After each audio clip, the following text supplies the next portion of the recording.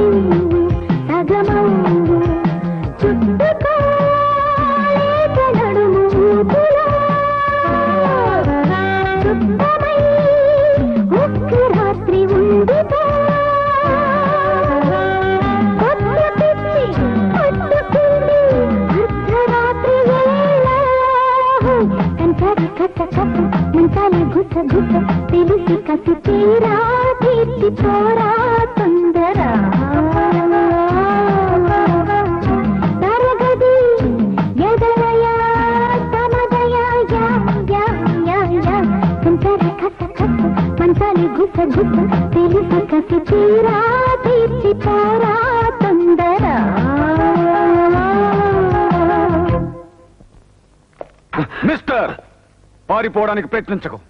ఎంత ద్రోహం చేశావు అపర్ణ? నేను ద్రోహం చేశానా? మా నాన్నగారిని చంపింది నువ్వు, నన్ను దిక్కులేని దాన్ని చేసింది నువ్వు. ఆయన చనిపోయారన్న వార్త నాకు తెలియదనుకొని నా ఇంట్లోనే దాక్కోవడానికి వచ్చిన దుర్మార్గుడివి నువ్వు. నువ్వు చేసిన ద్రోహంతో పోల్చుకుంటే నేను చేసింది చాలా తక్కువ. మిస్టర్ సారథి, నీలాంటి వాళ్ళకి ఉరికమ్మవే సరైన చోటు. Inspector, take him away. Aparna, నేను చెప్పేది విను. మిస్టర్, అదంతా కోర్టులో చెప్పుకో. అపర్ణ, తండ్రి మరణాన్ని కూడా దిగమంకొని ఒక హంతకుడిని పట్టించి డిఐజీ కూతురు అనిపించుకున్నావు. Our department is thankful to you. Mister, calm down.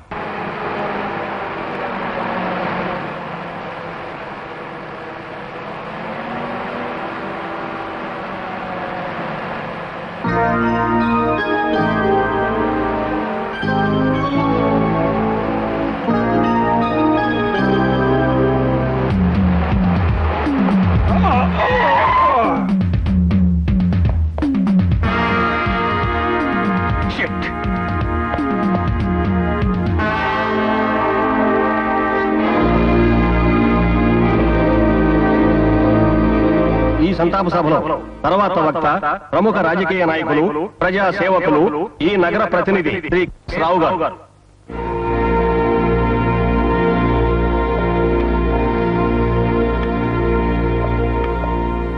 సభకు నమస్కారం.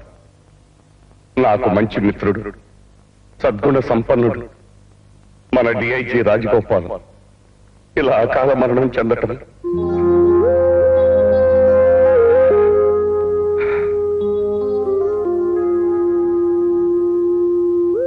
తల్లి లేక తండ్రిని కూడా కోల్పోయింది. ఆ భాగ్యురాలని ఈ అమ్మాయిని చూస్తుంటే నా గుండె తరుక్కుపోతోంది. ఆ బ్లాక్ టైగర్స్ బాధితుల్లో నేను ఒకడు. వాళ్ళ దురాగతాలకు నేను ప్రత్యక్ష సాక్షి. ఆ రాక్షసులకు చాలా తెలివితేటలు. కొన్నేళ్ల క్రితం జనాభా లెక్కలు సేకరించే వాళ్ళ వేషాల్లో ఆ రాక్షసులు మా ఇంటికి వచ్చారు. నా భార్య తలుపు తీసి ఇంట్లో ఉండేది నలుగురని, పిల్లలు స్కూలుకి వెళ్లడం చేత మేమిద్దరం మాత్రమే ఉన్నామని చెప్పింది.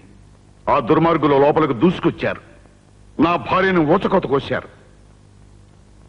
నా కాలు నిర్దాక్షిణ్యంగా నరికేశారు. ఇంట్లో ఉన్న డబ్బు బంగారం దోచుకుపోయారు. అలాంటి బ్లాక్ టైగర్స్ ఆటలు పూర్తిగా కట్టించాలి. దానికి మనందరం కలిసికట్టుగా కృషి చేయాలి. ఆ రోజే చనిపోయిన మన డిఐజీ గారి ఆత్మకు శాంతి.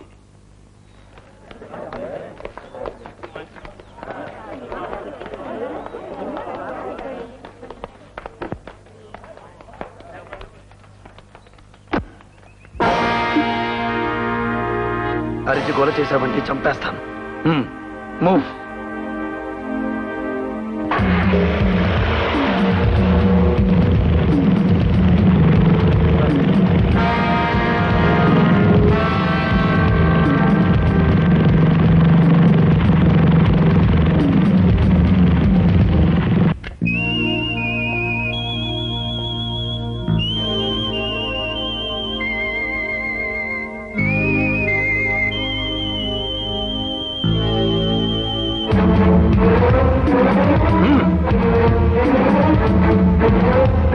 ఇన్స్పెక్టర్, డిఐజీ గారిని నేనే చెప్పాను. ఎస్, నేనే చెప్పాను. ఆ పని నేను ఎందుకు చేశానో, ఎందుకు చేయవలసి వచ్చిందో న్యాయానికి చట్టానికి సంబంధించిన వ్యక్తిగా నా ఎదుట నిలబడిన మీకు, తండ్రిని కోల్పోయిన వ్యక్తిగా నిలబడిన అపర్ణకి సవివరంగా చెప్పుకోవాల్సిన బాధ్యత నాకుంది. మొదటిసారిగా నేను అపర్ణను చూసిన రోజు, ఆ రోజుకి 4 రోజుల ముందు మా అన్నయ్యకి ట్రాన్స్ఫర్ అవ్వడం వల్ల మేము ఈ ఊరొచ్చాం. ఆ రోజున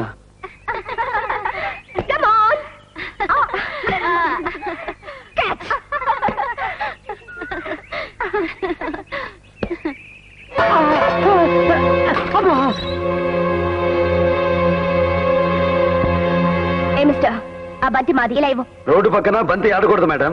చూసారా, వాడి అన్నమంతా కింద పడిపోయింది. పైగా దెబ్బలు కూడా తగిలాయి. అయితే ఏం చేయమంటావు? హాస్పిటల్కి తీసుకెళ్లి కట్టు కట్టించమంటావా? అవసరం లేదు. పాపం ఈ బిచ్చగాడు పొద్దునుంచి ఎండలో తిరిగి తిరిగి సంపాదించిన తిండి కాస్త నేలపాలైంది. మీరు చేసిన తప్పుకి ఇద్దరికి అన్నం పెట్టించండి, లేదా ₹1-2 ఇవ్వండి. నేనెవరినో తెలుసా? డిఐజీ కూతుర్ని. అయినా తప్పు నాది కాదు, బంతిది. బంతులు గుండ్రంగా ఉంటాయి, వాటికి దొర్లడం అలవాటు. దాంట్లో తప్పేం లేదు. చేతులు బలంగా ఉంటాయి, వాటికి నొక్కడం అలవాటు. దీంట్లోనూ తప్పు లేదు.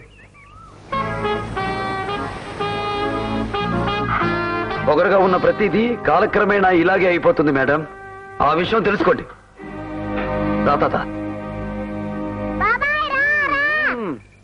రాజీ, ఎంతసేపే ఉండు, నిన్ను పట్టుకుంటా ఉండు. ఎక్కడున్నావే? ఇంతెప్పుడు దిగిపోయావే నువ్వు? డిఐ గారు మిమ్మల్ని స్టేషన్కి తీసుకురమ్మన్నారు. ఎందుకు? అది అక్కడ చెప్తారు పద.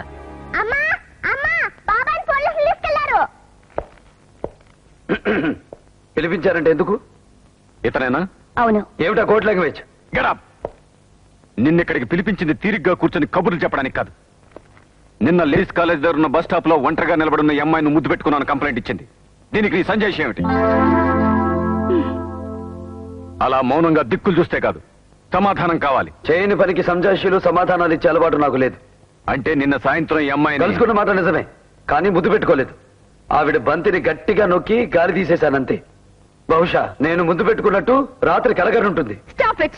సే ఇన్స్పెక్టర్, ఇతని వాలకం చూస్తుంటే ఎంత పెద్ద రౌడీయో తెలియటం లేదు. ఈ అమ్మాయి వాలకం చూస్తుంటే అబద్ధాలు కోరని తెలియడం లేదు. అధిక ప్రసంగం. హెచ్సి గారు, ఇతను లాకప్ లో పెట్టండి. ఒక్క నిమిషం సార్. నాణ్యానికి బొమ్మ బొరుసు ఉన్నట్టే వాదానికి కూడా నిజానిజాలుంటాయి సార్. అతడు నేరం చేయలేదంటున్నాడు, ఆమె చేశాడు అంటోంది. అంటే ఏమిటి మీ ఉద్దేశం? ఈమెను కూడా లాకప్ లో వేయమంటారా? దొంగతనం చేసిన వాళ్ళని లాకప్ లో వేస్తారు తప్ప కంప్లైంట్ ఇచ్చిన వాళ్ళని వేయరు. ఇన్నేళ్ల మీ సర్వీస్ లో ఇంత చిన్న విషయం కూడా మీరు తెలుసుకోలేకపోవడం దురదృష్టం. సార్, మీకు చిన్న విషయం చెప్పమంటారా? అందుకేగా నేను పిలిపించింది. అవతల వాళ్ళు ఉద్యోగంలో చిన్నవారైనా వయసులో పెద్దవారైతే గౌరవించడం మంచిది. ఇంత వయసు వచ్చినా మీరింత చిన్న విషయం తెలుసుకోలేకపోవడం మీ దురదృష్టం. నోర్మయ్, అధికారం చేతిలో ఉందని ఇష్టం వచ్చినట్టు మాట్లాడకండి. నీతో నిజం చెప్పించడానికి అధికారంతో పనిలేదు. మరేం కావాలి? డిఐజీ మోచేత కింద నీళ్ళ వాట్? డిఐజీ కూతురు మెచ్చుకోవాలా? ఇంకొకసారి నోరు పారేసుకున్నావు అంటే పళ్ళు మీతో రాళ్ళు కొట్టించుకోవడానికి ఇక్కడ ఎవరు సిద్ధంగా లేరు. You rascal.